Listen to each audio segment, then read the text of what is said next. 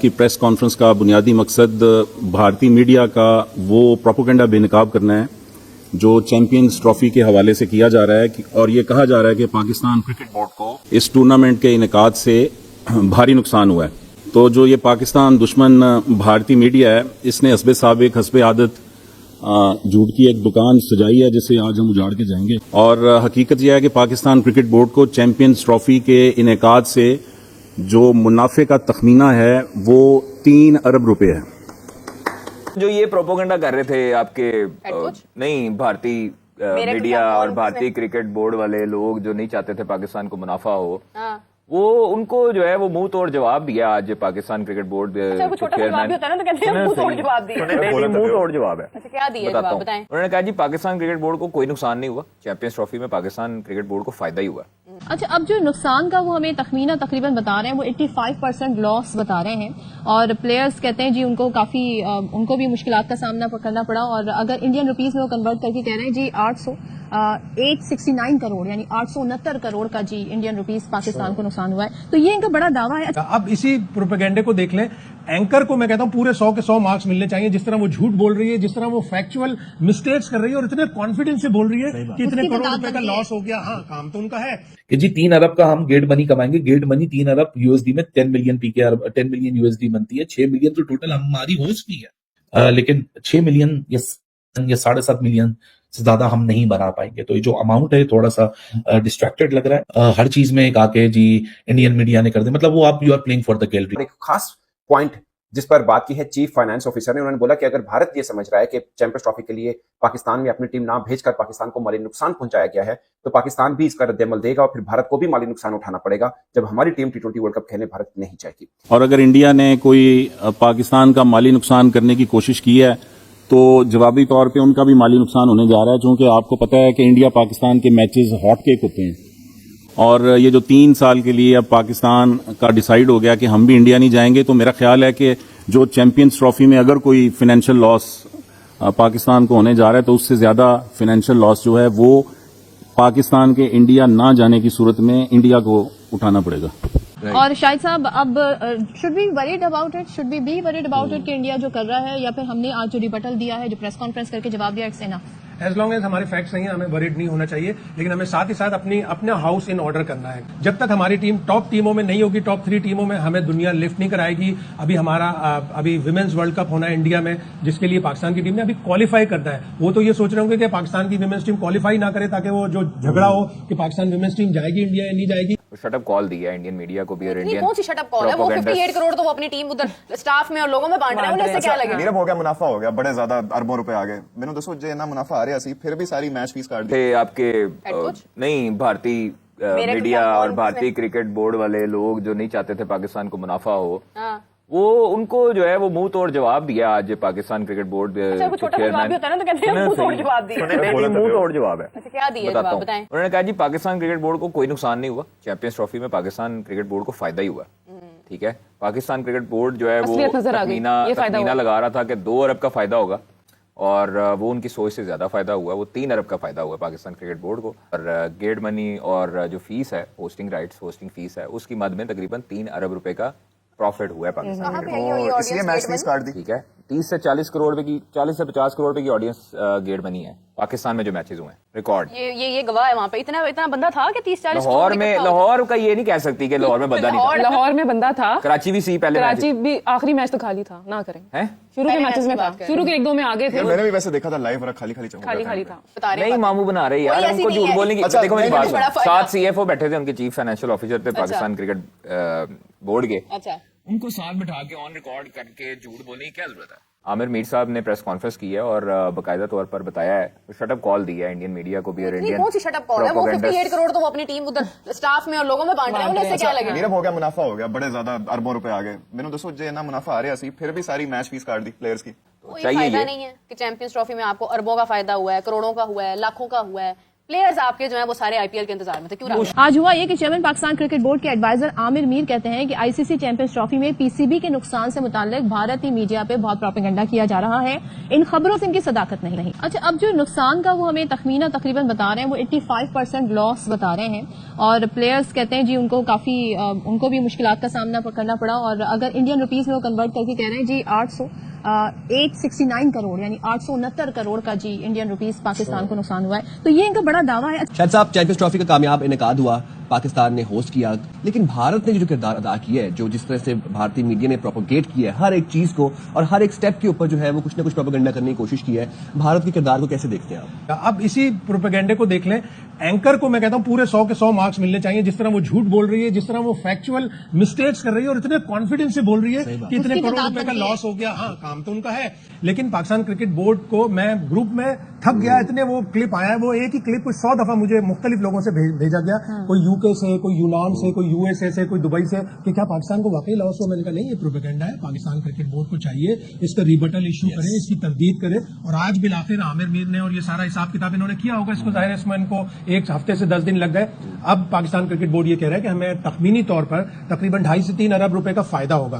तो वो प्रोपेगेंडा आपने रिबटल किया, उसको दबा दिया और हमेशा के लिए खत्म कर दिया कि नहीं, हमने अच्छी तरह से इसको होस्ट भी किया है, हमने मुनाफे भी कमाए।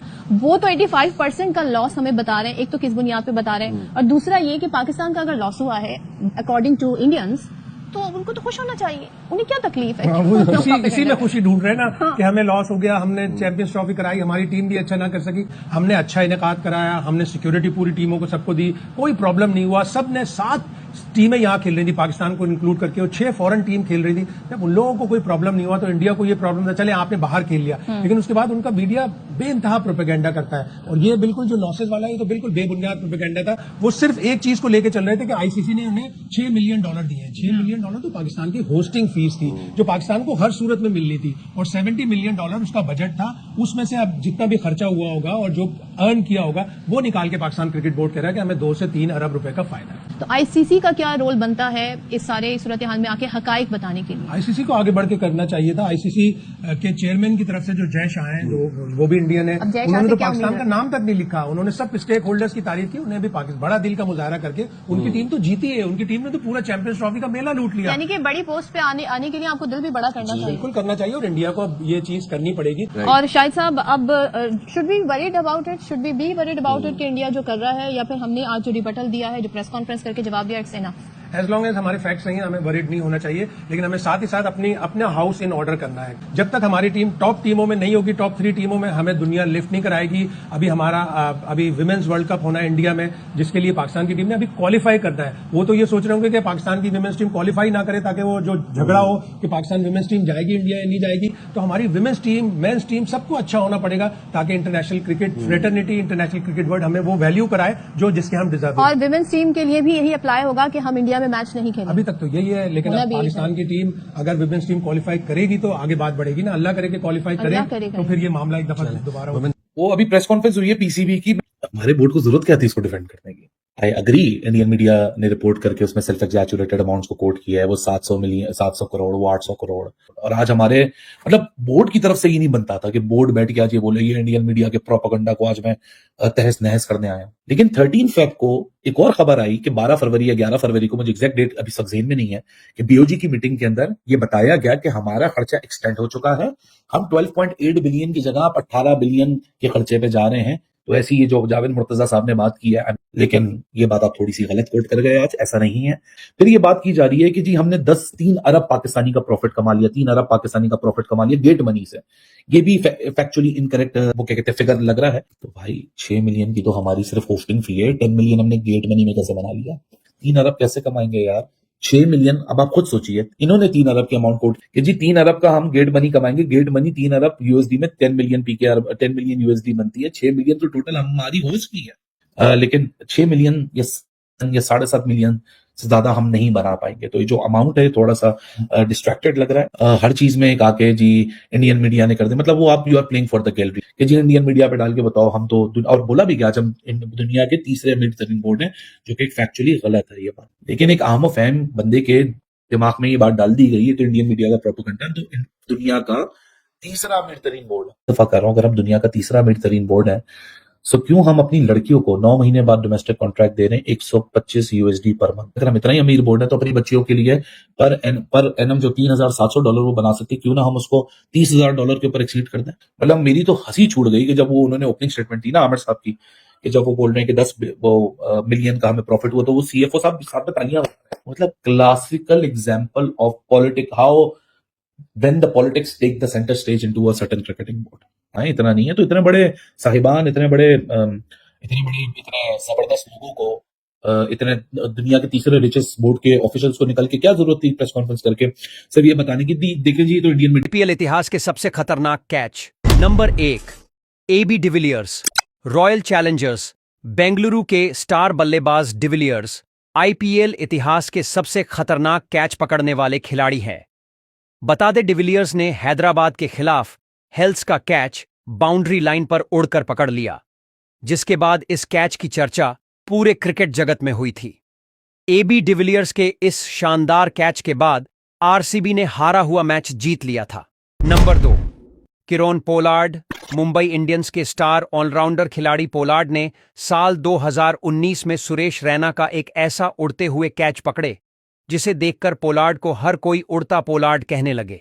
बता दे, चेन्नई और मुंबई के बीच हुए मुकाबले में सुरेश रैना ने कवर के ऊपर छक्का के लिए शॉट लगाए, लेकिन पोलार्ड ने हवा में उड़कर कैच पकड़ ली। Number 3, Trent Boult. न्यूजीलैंड के स्टार गेंदबाज और IPL में अलग अलग फ्रेंचाइजी के लिए खेल चुके बोल्ट ने दिल्ली कैपिटल से खेलते हुए विराट कोहली का एक ऐसा कैच पकड़े जिसे देखकर हर कोई हैरान रह गया। बता दे, हर्षल पटेल की गेंद पर विराट ने लेग साइड की दिशा में छक्का लगाने के शॉट लगाए, लेकिन लेग साइड में खड़े बोल्ट ने एक हाथों से उल्टा उड़ते हुए कैच पकड़ लिए। Number 4, Mahendra Singh Dhoni. Chennai super Kings के पूर्व कप्तान और महान बल्लेबाज धोनी ने विकेट कीपिंग करते हुए कोलकाता नाइट राइडर्स के युवा शिवम मावी का एक ऐसा डाइव लगाते हुए कैच पकड़े जिसे देखकर दर्शक झूम उठे। बता दे, धोनी IPL 2025 में खेलने वाले सबसे बूढ़े क्रिकेटर हैं। Number 5, Suresh Raina. Mister IPL के नाम से मशहूर भारत के स्टार बल्लेबाज सुरेश रैना IPL में चेन्नई सुपर किंग्स की तरफ से खेलते हुए दिल्ली कैपिटल के मयंक अग्रवाल का पीछे भागते हुए बहुत ही खतरनाक कैच पकड़े थे। बता दे, सुरेश रैना IPL के सबसे स्टार बल्लेबाज थे और फिलहाल कमेंट्री करते नजर आते हैं।